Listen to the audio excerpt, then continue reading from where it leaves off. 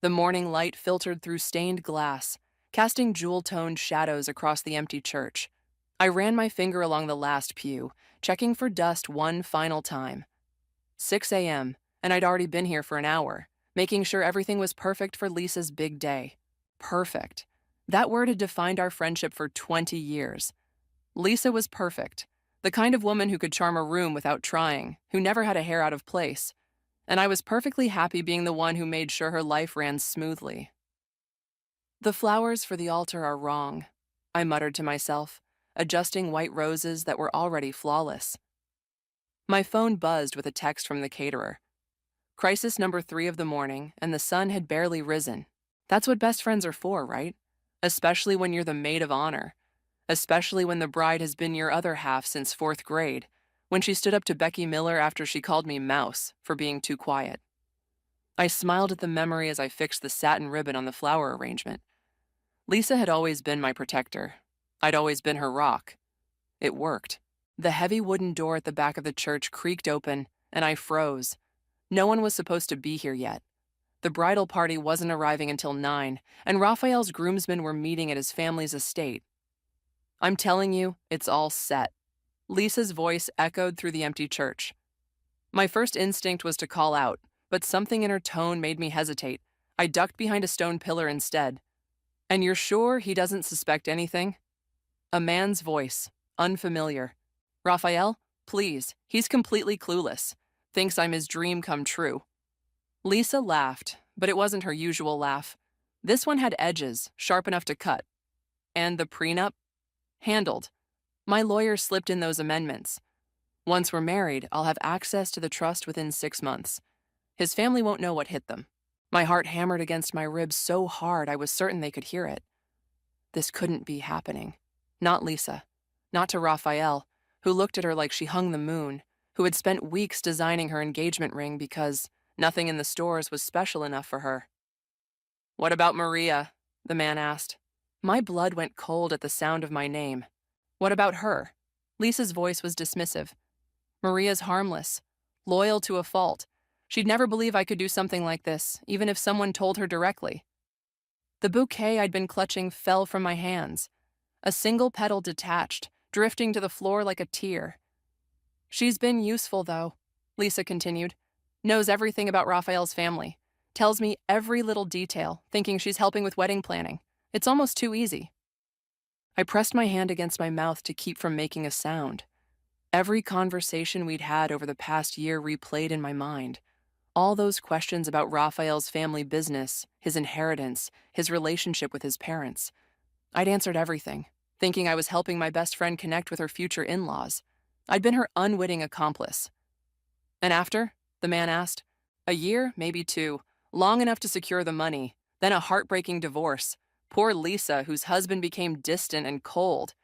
She laughed again. I've already started documenting our problems. A few strategic texts I've sent myself from his phone while he was sleeping. Some concerning emails I've drafted from his account. My stomach lurched. I'd held Lisa's hair back when she had food poisoning in college. I'd stayed up all night when her dad died. I'd been the one she called sobbing when she thought Raphael was going to break up with her 6 months ago. Had any of it been real? You're brilliant, you know that? The man's voice was closer now. I know, Lisa replied, and I could hear the smile in her voice. Let's get out of here before someone shows up. I need to play the nervous bride for a few more hours. Their footsteps retreated, the heavy door closing behind them. I slid down the pillar until I hit the floor, my bridesmaid dress pooling around me like spilled wine. What do you do when the person you trust most in the world turns out to be someone you never knew at all? My phone lit up with a text. Lisa, where are you? I'm heading to the bridal suite early. Need my best friend. I stared at those words, best friend, until they blurred. The church door opened again. I scrambled to my feet, wiping tears I hadn't realized were falling. Lisa stood in the doorway, radiant in casual clothes, her wedding dress waiting at the venue. Maria, what are you doing here so early? Her smile was the same one I'd known my entire life. I opened my mouth, but no words came out. She walked toward me, concern creasing her perfect brow. Are you okay? You look like you've seen a ghost. I heard you, I finally managed. my voice barely a whisper. Lisa's expression shifted so subtly most people would miss it, but I knew every micro-expression on that face, or I thought I did. Heard what? She asked, head tilting in confusion. Everything. The prenup, the plan, using me to get information. For one heartbeat, she maintained her innocent expression. Then it melted away, replaced by something cold and calculating I'd never seen before. Well, she said, straightening her shoulders, that's unfortunate timing. She stepped closer, close enough that I could smell her signature perfume, the one I'd helped her pick for the wedding. What are you going to do about it, Maria? She whispered. Who do you think they'll believe, the perfect bride or the jealous best friend? Her smile returned, but now I could see the predator behind it. This is only the beginning, she said softly, and you're either with me or you're in my way. Rain pounded against Sienna's apartment windows, matching the storm inside my head. 3 days since the wedding that never happened. 3 days since I'd watched Lisa's face transform from my best friend into a stranger. Drink this. Sienna pressed a mug of tea into my hands. The warmth seeped into my fingers, but the chill inside me remained. I keep thinking I dreamed it all, I said, staring into the amber liquid. That I'll wake up and Lisa will call me, laughing about some stupid thing Raphael did. Sienna sat beside me on her overstuffed couch, tucking her feet under her. You did the right thing, Maria. Telling Raphael before the ceremony. The right thing. Was it? The memory of Raphael's face when I pulled him aside in the vestry haunted me. The disbelief, then anger, then devastating realization when he confronted Lisa and saw the truth in her eyes. He thanked me yesterday, I said quietly. Called to thank me for saving him from her. See, that's something. I shook my head. You don't understand. When he thanked me, I felt guilty, like I'd betrayed her. That's 20 years of friendship talking, not reason. Sienna reached for my hand. Lisa was using you, using him. She doesn't deserve your loyalty. My phone buzzed on the coffee table. Unknown number. I let it go to voicemail. She hasn't tried to contact you? Sienna asked. Not since she screamed that I'd ruined her life in front of the entire wedding party. I attempted a smile but failed. Hard to come back from that. The phone buzzed again. Same unknown number. Maybe you should answer, Sienna suggested. What if it's Raphael from a different phone? I picked up the phone. Hello? Silence then. Is this Maria? A man's voice. Familiar, but I couldn't place it. Who's asking? Someone who knows what Lisa was really planning. A pause. And what she's planning now. My heart stuttered. Who is this? A friend. Check your email in 5 minutes. The line went dead. Sienna leaned forward. What was that about? I don't know. I stared at my phone, then at my laptop sitting on her kitchen counter. But I think I'm about to find out. 5 minutes felt like 5 hours. When my email notification finally chimed, I nearly dropped my mug rushing to the computer. The message contained no text, just an attachment, an audio file. Should I asked Sienna.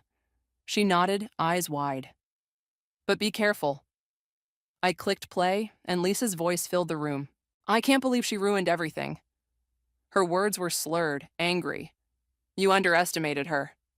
The same male voice from the phone call. Maria, please. She's pathetic. Has been since we were kids. So desperate for friendship, she'd do anything I asked. Each word was a fresh cut. I'd spent 2 decades believing we were equals, sisters in everything but blood.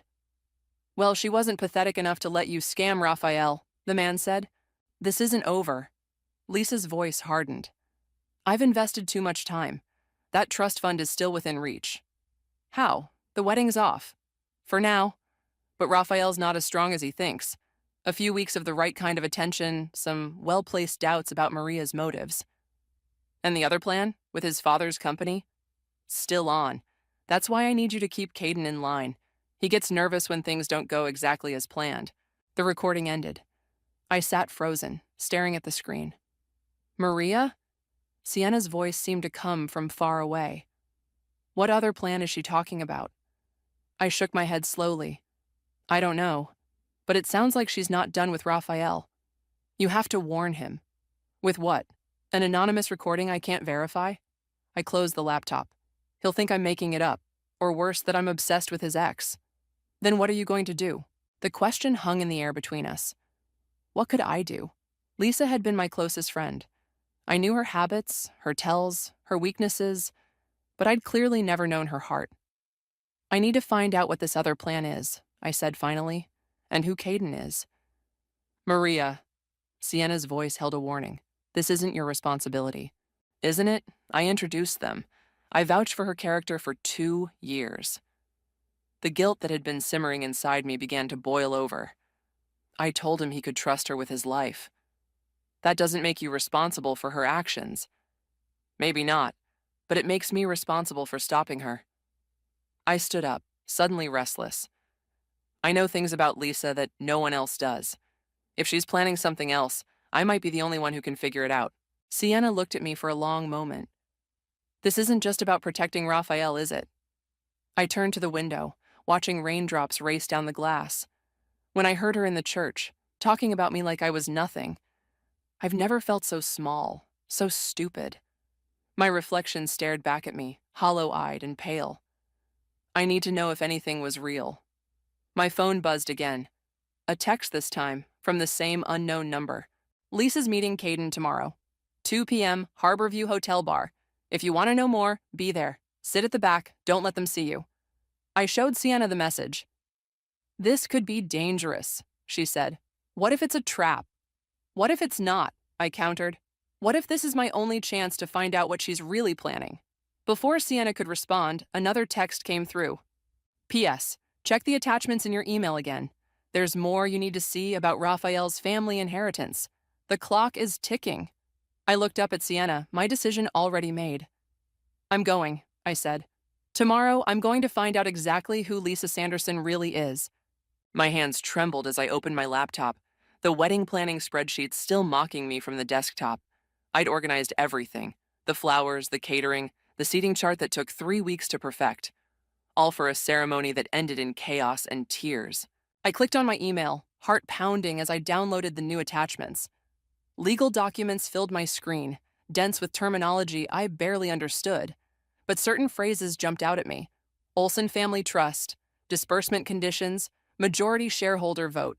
I scrolled through page after page until I found it, a highlighted section about Raphael's inheritance. According to the document, he was set to receive controlling interest in his family's company on his 30th birthday, just 6 months away, or immediately upon his marriage, whichever came first. The pieces clicked together with sickening clarity. Lisa hadn't just been after money. She'd been after power. My phone rang, startling me. Raphael's name flashed on the screen. Hey, I answered, trying to sound normal. Maria.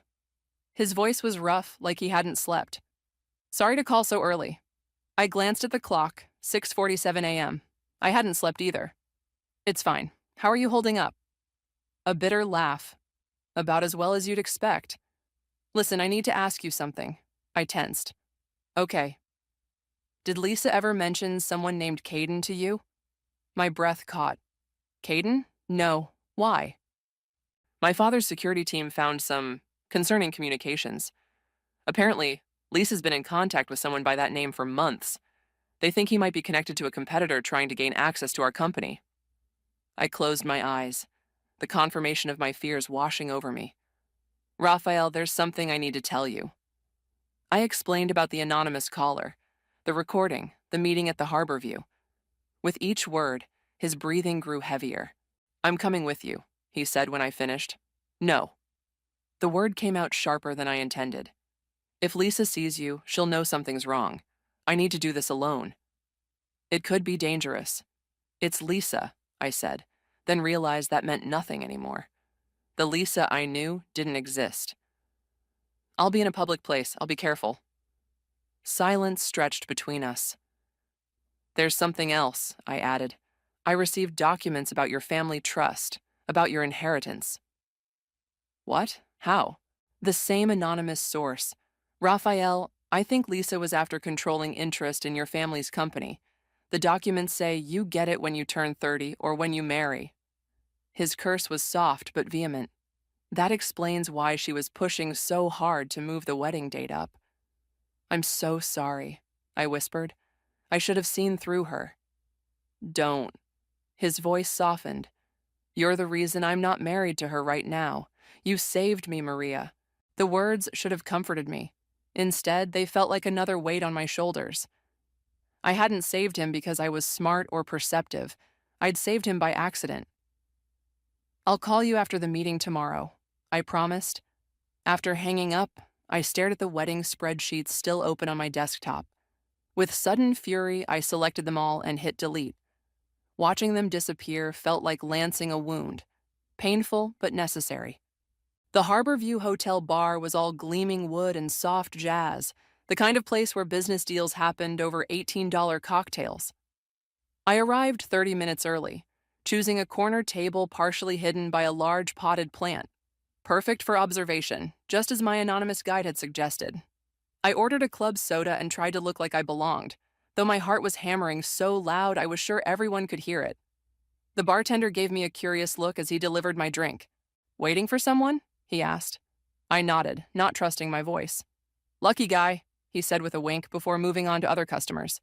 I almost laughed. There was nothing lucky about any of this. At 1:55, the door opened, and Lisa walked in. My stomach clenched at the sight of her. Immaculate as always in a fitted black dress, her hair swept into a perfect updo. She scanned the room with the confidence of someone who knew their worth down to the penny. I shrank further into my corner, grateful for the plant's broad leaves. Lisa took a seat at the bar, ordered something clear with lime, and checked her watch. At exactly 2, a man entered, tall with dark hair and the kind of looks that drew attention. He spotted Lisa immediately and joined her, leaning in to kiss her cheek with familiar ease. Caden. Had to be. I pulled out my phone and, pretending to check messages, snapped several photos of them together. Their body language screamed intimacy, the way she touched his arm, the way he leaned into her space. Still salvageable. I caught fragments of their conversation as a nearby table emptied. Raphael is vulnerable right now. His father's suspicious, Caden replied. The security team... Lisa laughed, the sound sending chills down my spine. It was her real laugh, the one I thought had been reserved for moments of genuine joy between us. His father's old and paranoid, and Raphael... She leaned closer to Caden. Raphael still has a weakness. What's that? Lisa's smile was predatory. Maria, he trusts her completely, and she's so predictably noble. My hands went cold. What was she implying? You think you can still use her? Caden sounded skeptical. I think she'll be exactly where I need her to be, just like always. They lowered their voices again, heads close together over what looked like documents. I strained to hear more, but the ambient noise of the bar drowned them out. After what felt like hours, but was probably 20 minutes, they gathered their things. Lisa kissed Caden deeply before they parted ways. She toward the lobby, he toward the side exit. I waited until they were both gone before exhaling fully. My hands shook as I gathered my purse. Whatever Lisa was planning, it involved me somehow. And Raphael. As I stood to leave, my phone buzzed with a text from the unknown number. Now you see. Check your email again. There's footage from Raphael's security system you need to watch. She's been in his house when he's not home. Multiple times. I froze, a new realization dawning. This wasn't just about stopping Lisa's plan anymore. This was about protecting myself from becoming her unwitting weapon. The security footage played on my laptop screen, crystal clear and damning. Lisa moving through Raphael's house with the confidence of someone who belonged there, opening drawers in his home office, photographing documents, planting what looked like a small listening device behind his desk. I watched her slip into his bedroom and emerge 10 minutes later, typing something on her phone with a satisfied smile.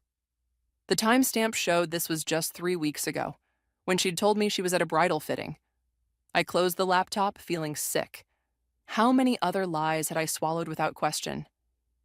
My phone rang. Raphael. Did you see it? His voice was tight with anger. Yes. I rubbed my temples, a headache forming. I'm so sorry, Raphael. Stop apologizing. This isn't your fault. He sighed heavily. Did you learn anything at the hotel? I told him about Lisa and Caden, their conversation, The way Lisa had mentioned using me somehow. I don't like this, Raphael said when I finished. She's planning something and you're in her crosshairs. I know, but that gives me an advantage. The idea had been forming since I left the hotel. She thinks I'm predictable, that she knows exactly how I'll react. Maria, I need to see what's in your house. Whatever she planted, whatever she was looking for, it might tell us what she's planning. Silence stretched between us. It's not safe, he finally said. Neither is doing nothing. I stood up, suddenly restless. She's not going to stop, Raphael. Not until she gets what she wants. Another pause. Fine, but not alone. I'll meet you there in an hour. Raphael's house was exactly what you'd expect from the heir to a tech fortune. Sleek, modern, and filled with gadgets that probably cost more than my car. But it wasn't cold. Family photos lined the hallway. A half-finished puzzle took up part of the dining table. Where should we start? I asked, feeling strangely nervous now that I was here. The office. That's where she spent the most time according to the footage. He led me down a hallway, his shoulders tense. The office was immaculate. Glass desk, ergonomic chair, bookshelves filled with business texts and family photos. It looked nothing like the chaotic creative space I'd imagined. You're neater than I expected, I said, trying to lighten the mood. Raphael's smile was tight. That's my housekeeper's doing, not mine. I moved to the desk, examining it carefully. The footage showed her planting something behind here. Raphael nodded, crouching down to run his fingers along the underside of the desk. Got it, he said after a moment, producing a small black device no bigger than a button. Is that a bug? Looks like it. He placed it on the desk, staring at it with disgust. Professional grade, not something you pick up at a spy shop. A chill ran through me. How would Lisa get something like that? Caden, probably. Raphael's jaw tightened. My security team is looking into him. Seems he has connections to Vertex Technologies. Your father's competitor? Our biggest rival. They've been trying to acquire us for years. He ran a hand through his hair. If they got controlling interest, they could force a merger, I finished, the pieces clicking together. That's what Lisa was after, control of your shares. Raphael nodded grimly.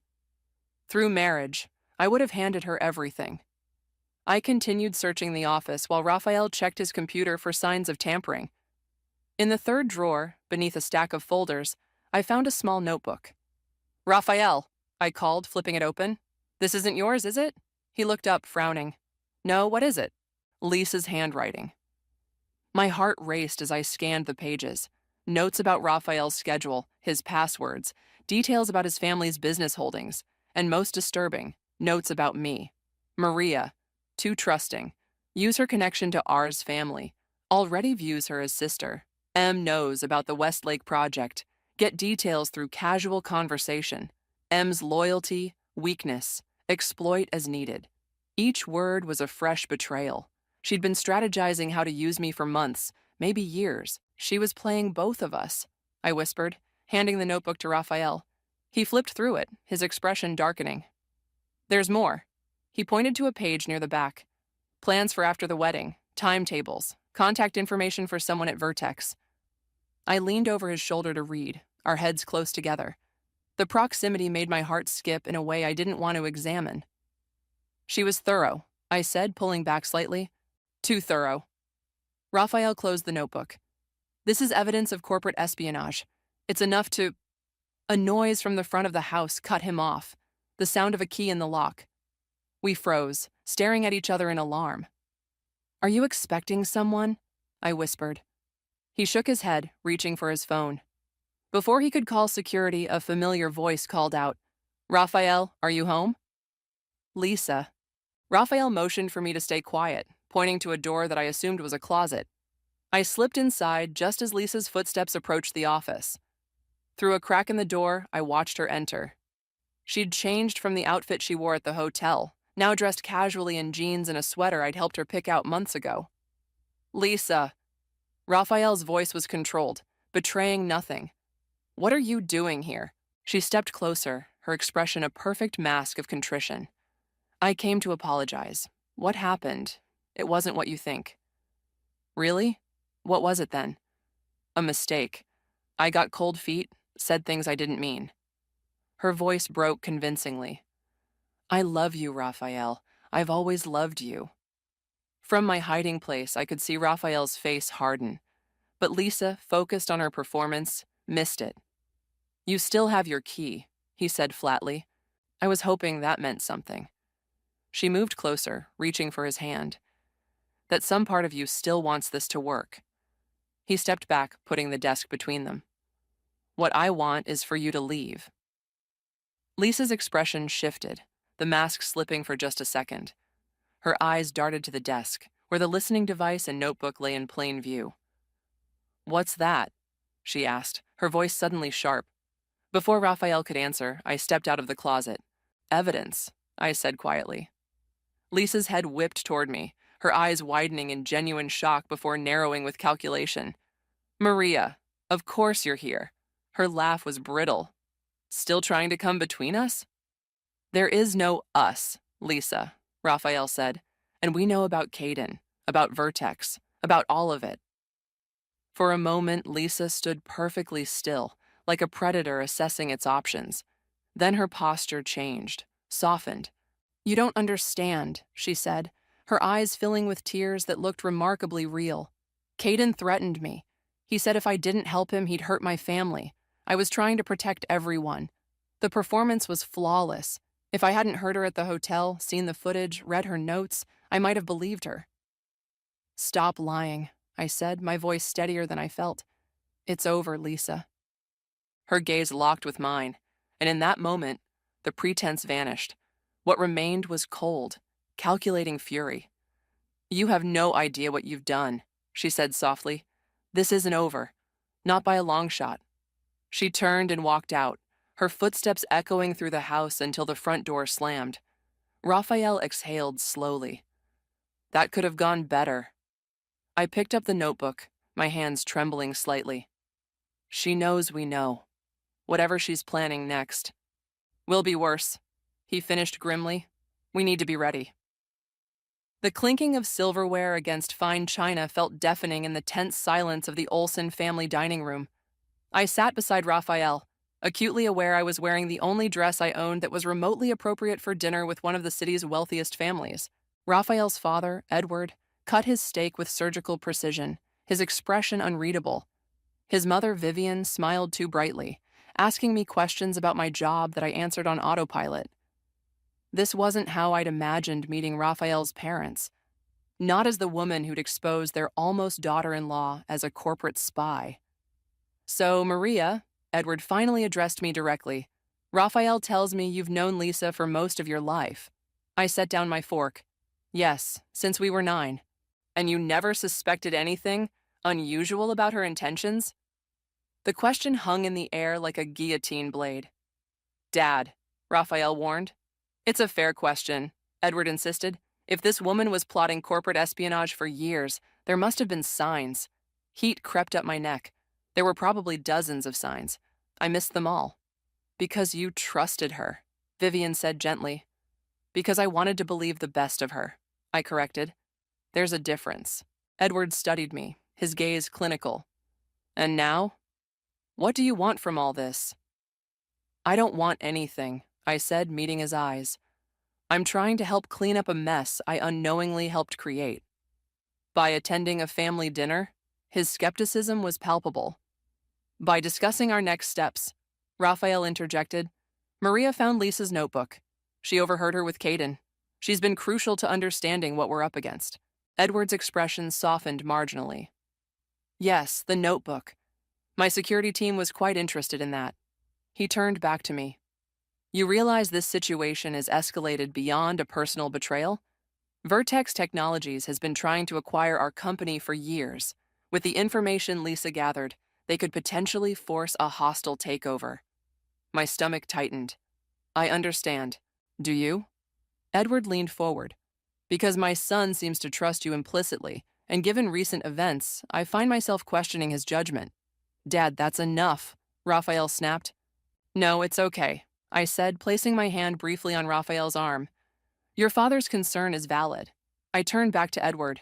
I've spent the past week questioning every interaction I've ever had with Lisa, every confidence I shared, every time I vouched for her character. I understand your skepticism better than anyone. A heavy silence fell over the table. Well, Vivian said brightly, who's ready for dessert? Later, Raphael and I stood on the terrace overlooking the manicured garden, the night air cool against my skin.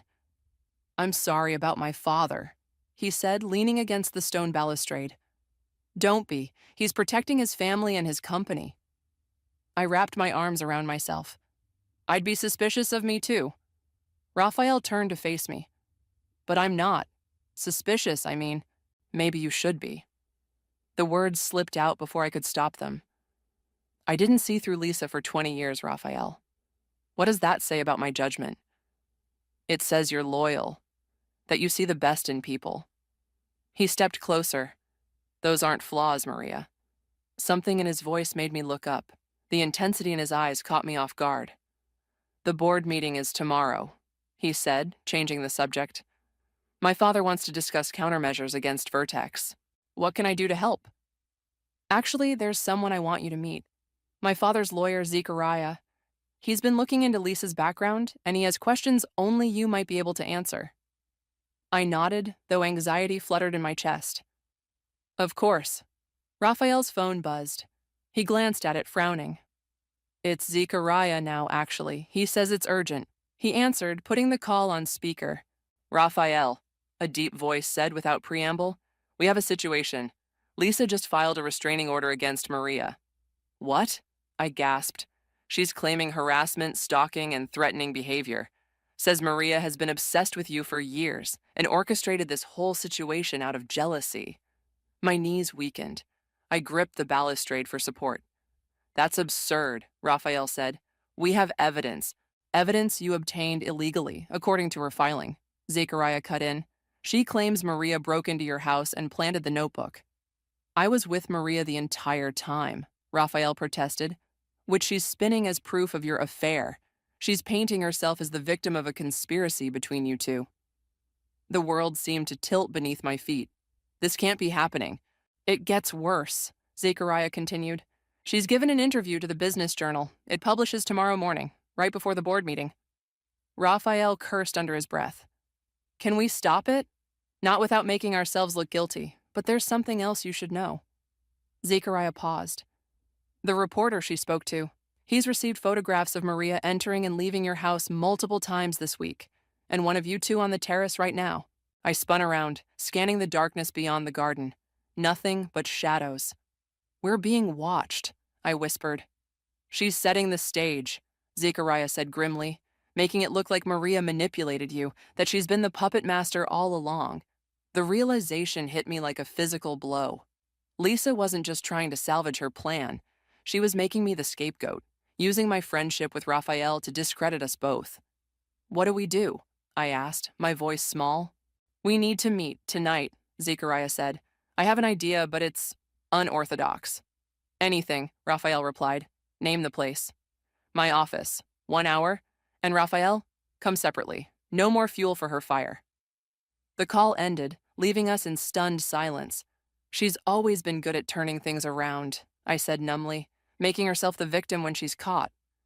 Raphael reached for my hand, squeezing it gently. We'll fight this, Maria. Together. I looked down at our joined hands, then back at the shadowy garden where someone might still be watching, documenting this moment of connection as evidence of some fictional conspiracy. That's exactly what she wants, I said, pulling my hand away. For us to look like we're in this together, like we planned it. So what? We know the truth. The truth might not be enough. I stepped back, creating distance between us. Not against a story as compelling as the one she's creating. In the soft terrace lighting, I saw something shift in Raphael's eyes, determination hardening into resolve. Then we'll need to create a better one, he said, and I think I know how. Fallen leaves crunched beneath my feet as I walked through the park, each step matching the rhythm of my racing thoughts. The morning air was crisp, carrying the first hint of winter. I pulled my jacket tighter, less against the cold and more against the growing sense of isolation. 3 days had passed since the meeting with Zechariah.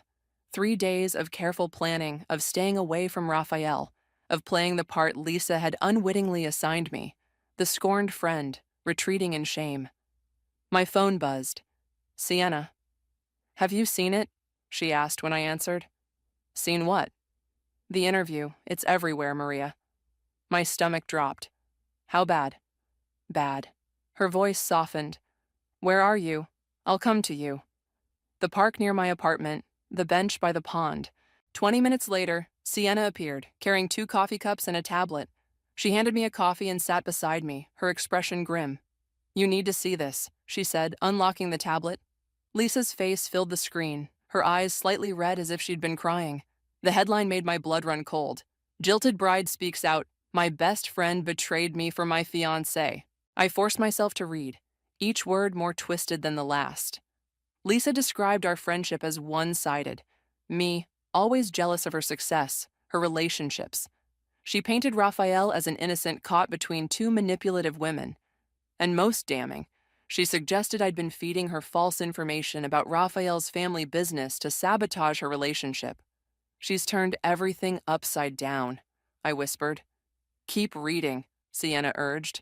Near the end, Lisa expressed concern for Raphael, suggesting he was being manipulated by me and his father's paranoid fears about corporate espionage.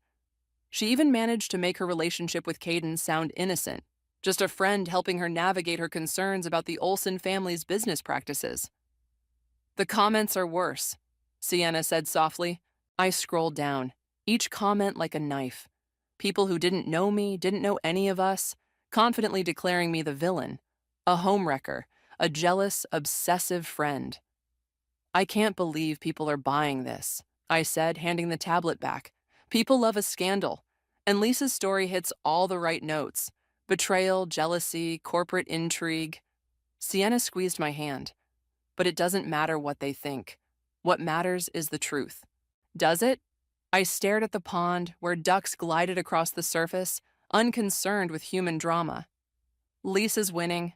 Again, just like she always has. This isn't like you, Maria. You don't give up. Maybe that's the problem. Maybe I should have given up on Lisa years ago, the first time I realized our friendship wasn't equal. I took a sip of coffee, welcoming the bitter warmth. Did I ever tell you about my 16th birthday? Sienna shook her head. Lisa threw me a surprise party. Invited everyone from school, decorated my parents' basement. It was perfect. I smiled at the memory. Except halfway through, I overheard her telling someone she only did it because her crush would be impressed by her generosity. That's awful. The thing is, I convinced myself it didn't matter, that her reasons weren't important, only the result. I laughed hollowly. I've been doing that our entire friendship, making excuses for her, ignoring the signs. And now? Now I'm done making excuses. I stood up, suddenly restless. Zechariah has a plan. It's risky, but it might be our only chance to expose Lisa and Caden before the Olsen Company board votes tomorrow. What kind of plan? Before I could answer, my phone rang. Unknown number. Hello? I answered cautiously. Maria. A male voice, vaguely familiar. It's Caden. My heart stuttered. I put the phone on speaker so Sienna could hear. What do you want? I asked, trying to keep my voice steady. To meet. Just you and me. Why would I do that? Because I have information about Lisa that you need. He paused. And because I'm not as loyal to her as she thinks. I exchanged a glance with Sienna, who mouthed trap silently. How do I know this isn't a setup? I demanded. You don't. His voice was calm. But ask yourself this. Who has more to lose if the truth comes out? You or Lisa? I thought of Zechariah's plan. Complicated, dependent on timing and evidence we weren't sure existed. When and where? I finally asked. 1 hour. The boathouse at Lakeside Park. That's isolated, I protested. It's public enough to be safe, private enough to talk freely. He sounded impatient. 1 hour, Maria. Come alone or don't come at all. The call ended. You can't seriously be considering this, Sienna said. What choice do I have? Zechariah's plan might not work. This could be our backup. Or it could be Lisa's trap to make you look even worse. Sienna grabbed my arm. Think about it. You meet Caden in secret, someone takes pictures. Suddenly you're conspiring with Lisa's innocent friend against her. She was right. It was exactly the kind of setup Lisa would orchestrate. Then what do I do? I asked, frustration building. Wait for Zechariah's plan and hope it works? Hope the board believes Raphael over Lisa? Hope the truth magically comes out? No. Sienna's expression hardened with resolve. We spring their trap, but on our terms. The boathouse stood at the edge of the lake, its weathered wood blending with the autumn landscape. I approached slowly, every sense on high alert. According to our hastily revised plan, Sienna was positioned nearby with her camera, ready to document whatever happened. Caden was waiting inside, leaning against a stack of canoes. He straightened when he saw me. "You came," he said, sounding genuinely surprised. "I want to know what you know about Lisa." He studied me for a moment. "You're nothing like she described." "And how did she describe me?" "Naive, easily manipulated, blindly loyal." He shrugged. "But you figured her out. That took courage." "It took me 20 years too long," I countered. "What do you want, Caden?" "To make a deal." He stepped closer. "Lisa's plan is falling apart. Vertex is getting nervous. They're looking for someone to blame when this all goes south. And you don't want it to be you." He smiled thinly. "Smart girl. What kind of deal?" "Information for immunity. I tell you everything. About Lisa, about Vertex's plans, about who's really pulling the strings, and you make sure the Olsons don't come after me." I laughed incredulously. Why would they agree to that? Because what I know could save their company. His expression turned serious. "Lisa isn't working alone, Maria. She never was." Before I could respond, the boathouse door opened. Lisa stood in the entrance, her expression a mixture of triumph and fury. "I knew you couldn't be trusted," she said to Caden. Then to me, "And you, always so predictable." My heart sank as I realized Sienna had been right. It was a trap after all. "You set this up," I said to Caden. He at least had the decency to look apologetic. "Nothing personal." Lisa stepped into the boathouse, closing the door behind her. "Did you really think it would be this easy? That Caden would betray me for you?" "Actually," I said, finding my voice, "I was counting on it." Her smile faltered. "What?" "You're not the only one who can set a trap, Lisa." I pulled out my phone, showing her the active recording. "And you're not the only one with friends in unexpected places." On cue, the boathouse door opened again. Zechariah stepped in, followed by Raphael and 2 men I didn't recognize. "Lisa Sanderson," Zechariah said formally, "I believe you've just implicated yourself in corporate espionage. Again." Lisa's face drained of color as she realized what had happened. Her eyes locked with mine, cold with hatred. "This isn't over," she whispered. For the first time since this nightmare began, I felt something like certainty. "You're right," I agreed. "It's just beginning." The private chapel on the Olson estate felt charged with expectation, sunlight streaming through stained glass windows and casting jewel-toned patterns across the stone floor. I paced the length of the small sanctuary, my footsteps echoing in the silence. In less than an hour, everything would change. My phone buzzed with a text from Sienna. "Are you ready for this?" Was I? The plan we'd crafted with Zechariah was risky. If it failed, Lisa would walk away unscathed, possibly with enough leverage to still damage the Olsons. If it succeeded, I wasn't sure I was prepared for that either. The chapel door opened, and Raphael entered. He'd been distant since the boathouse confrontation 2 days ago. Professional, focused on the plan. But something had shifted between us. "Everything's set," he said, stopping a careful distance away. "Zechariah has the documents ready. My father's board members are arriving now." I nodded, unable to find words. "You don't have to do this," Raphael added softly. "We have enough evidence from the boathouse recording. You could walk away." "No." I met his eyes. "I need to see this through. For 20 years, Lisa made me believe I was lucky to have her friendship, that I was the taker, and she was the giver." My voice strengthened. "I need to be there when she finally faces the truth." Raphael studied me for a long moment. "You're not who I thought you were when we first met. Is that good or bad?" "Good." A small smile touched his lips. "Definitely good." Before I could respond, the door opened again. Zechariah entered, his expression grave. It's time, he said. Lisa's arrived with her lawyer. My stomach tightened. This was it. Remember, Zechariah continued, let me lead the conversation. Say nothing until I give you the signal. I took a deep breath and followed them out of the chapel, across the manicured grounds to the main house. With each step, memories of Lisa flooded my mind. Childhood secrets shared, teenage heartbreaks soothed, adult milestones celebrated. 20 years of friendship built on a foundation I now realized had always been cracked. The Olsen family's formal sitting room had been transformed into something resembling a courtroom. Edward sat at the head of a long table, flanked by stern-faced board members. Lisa was already seated on one side, a sharp-suited lawyer beside her. She didn't look up when we entered. Zechariah directed me to a seat directly across from Lisa. As I sat down, she finally raised her eyes to mine. No remorse, no shame, only cold calculation. Thank you all for coming, Edward began. We're here to address serious allegations regarding corporate espionage targeting Olsen Technologies. Lisa's lawyer leaned forward. My client has made it clear that these allegations are false, manufactured by Ms. Reyes out of jealousy and obsession. That's why we've gathered evidence beyond Ms. Reyes's testimony, Zechariah replied smoothly. He placed a folder on the table. Financial records showing payments from Vertex Technologies to an offshore account linked to Ms. Sanderson. Communications between Ms. Sanderson and Vertex executives dating back 18 months. And most damning, he paused for effect. Testimony from Caden Watson, detailing the entire operation. Lisa's composure cracked. Caden would never. Mr. Watson reached an immunity agreement with federal investigators yesterday, Zechariah interrupted, in exchange for his full cooperation. The room fell silent as the implications sank in. This wasn't just about corporate espionage anymore. This was federal territory.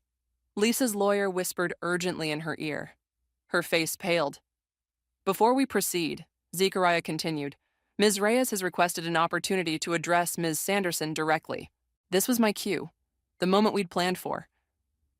I stood slowly, my legs steadier than I expected. Lisa, I began, my voice clear in the hushed room. For 20 years, I believed you were my best friend. I trusted you with everything. My secrets, my insecurities, my loyalty. Lisa's expression hardened. Save the dramatics, Maria. We both know this is about Raphael. No, I said firmly.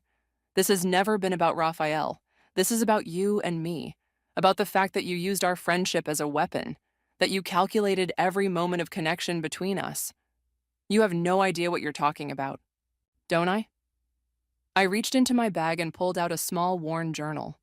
Lisa's eyes widened in recognition. Your diary from senior year. The one you lost at my house. The one where you wrote about befriending the quiet, desperate girl because her father worked for the university admissions office. Murmurs rippled through the room. Lisa's lawyer placed a restraining hand on her arm. You kept that all these years? Lisa asked, her voice barely audible. I found it when I was cleaning out my childhood bedroom last week. I was going to return it to you. I laughed softly. I thought it might have sentimental value. It doesn't prove anything, she said, but uncertainty had crept into her voice. Maybe not legally, but it proves something to me. I opened the journal to a marked page. You wrote, Maria is so pathetically grateful for attention that she'll do anything I ask. It's almost too easy. The words hung in the air between us. For the first time since this began, I saw genuine emotion in Lisa's eyes. Not remorse, but fear. Fear that her carefully constructed image was crumbling. We were teenagers, she said dismissively. Everyone's cruel at that age. But most people grow out of it. I closed the journal. You just got better at hiding it. I turned to address the room. I'm not here for revenge. I'm here because Lisa Sanderson has spent her entire adult life manipulating people for personal gain. She targeted Raphael and his family with calculation and precision. And she used our friendship, a friendship I believed was real, to do it. Lisa stood abruptly. This is absurd. You have no proof of anything except that I wrote some mean things as a teenager. Actually, Zechariah interjected, we have this. He pressed a button on a remote, and a recording filled the room. Lisa's voice, crystal clear. You set this up, nothing personal. Then, my voice. You're not the only one who can set a trap, Lisa. Lisa's face drained of color as the boathouse conversation played out. When it ended, the silence in the room was deafening. Ms. Sanderson, Edward said finally, I believe this meeting is over. Lisa's lawyer gathered their papers, whispering urgently in her ear. But Lisa wasn't listening. She was staring at me with a mixture of hatred and something else, something that looked almost like respect. As she stood to leave, she paused beside my chair. You know what's funny? She said quietly. After all these years, I never thought you had it in you. I met her gaze steadily. That was always your mistake. For a fleeting moment, I glimpsed the girl I'd thought was my friend, vulnerable, human. Then her mask slipped back into place. This isn't over, she whispered. Yes, Lisa, I replied, feeling a weight lift from my shoulders. It is. Steam rose from the tea in my hands as I sat on my apartment balcony, watching the city wake up. The morning air carried the scent of rain and possibility. For the first time in weeks, I'd slept through the night without dreaming of Lisa or betrayal or the look in her eyes when everything fell apart. My phone buzzed with a news alert. Vertex Technologies CEO resigns amid corporate espionage scandal. I smiled faintly. The dominoes were still falling. A knock at my door pulled me from my thoughts. I wasn't expecting anyone, especially not at 7 a.m. Through the peephole, I saw a delivery person holding a small package. Maria Reyes? She asked when I opened the door. That's me. Sign here, please. The package was lightweight, unmarked except for my name and address. No return information. I set it on my kitchen counter, studying it with suspicion. After everything that had happened, paranoia felt justified. Finally, curiosity won. I carefully opened the package to find a thumb drive and a handwritten note. You deserve to know everything. See, Caden. My hands trembled slightly as I plugged the drive into my laptop. It contained a single video file. I hesitated, then clicked play. Lisa appeared on screen, sitting in what looked like a hotel room. She was speaking to someone off camera. The Maria angle is perfect, she was saying, taking a sip from a wine glass. She trusts me completely. Through her, I can get close to Raphael without raising suspicions. And you're sure she doesn't suspect anything? A male voice. Caden's. Lisa laughed. Maria, please. She's spent her whole life in my shadow, grateful for whatever scraps of attention I throw her way. I flinched at the casual cruelty, but kept watching. What about your history? Caden asked. You've known each other since childhood. There must be some genuine connection. Lisa's expression shifted, something almost vulnerable crossing her face. We were friends once, real friends, before I understood how the world works.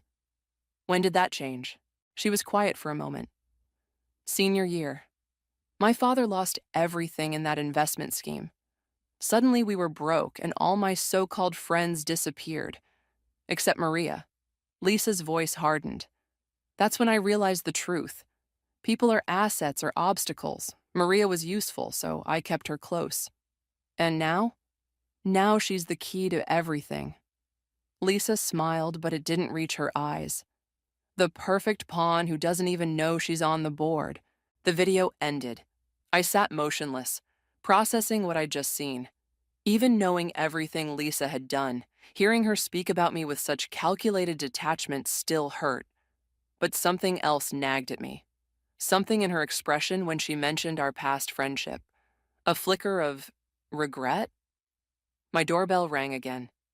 This time, Raphael stood in the hallway, holding coffee in a paper bag that smelled like cinnamon. Peace offering, he said, holding them up. I thought you might need breakfast after yesterday. I let him in, grateful for the distraction. Have you seen the news? About Vertex? Yes. My father's ecstatic. He set the coffee on my counter, noticing my laptop. What's that? A gift from Caden. Apparently he's still trying to secure his immunity deal. Raphael's expression darkened. More evidence against Lisa? In a way.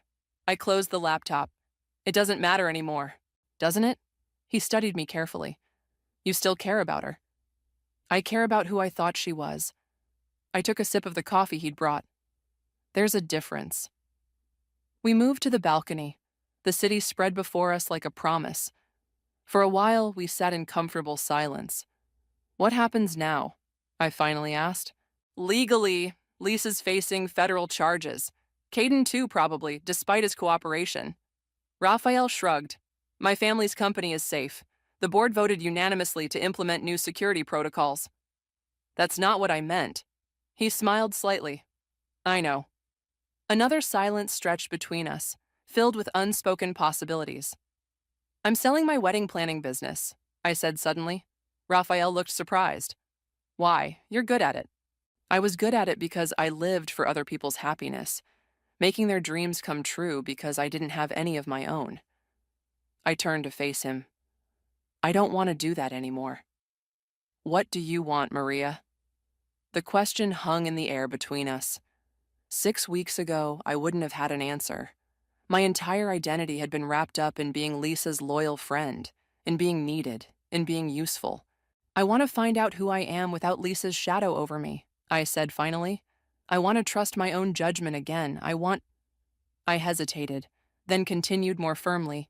I want to build connections that are real, not convenient, not useful, just real. Raphael nodded slowly. That sounds like a good place to start. My phone chimed with a text. I expected Sienna or Zechariah, but the number was unfamiliar. I meant what I said. It's not over. But maybe not in the way you think. When you're ready to hear the whole truth, not just Caden's version, you know where to find me. L. I stared at the message, a complex emotion rising in my chest. Not quite anger, not quite curiosity. Something in between. Lisa? Raphael asked, reading my expression. Yes. What does she want? I put the phone down without replying. It doesn't matter right now. And for the first time, I meant it. Whatever game Lisa was still playing, whatever truth she claimed to have, it could wait. I had spent 20 years revolving around her son. Now it was time to find my own light. You know what the strangest part is? I said, watching a pair of birds soar between buildings. In trying to destroy me, Lisa accidentally set me free. Raphael's hand found mine on the balcony railing, warm and steady. Not a promise, not yet, but a possibility. And for now, that was enough.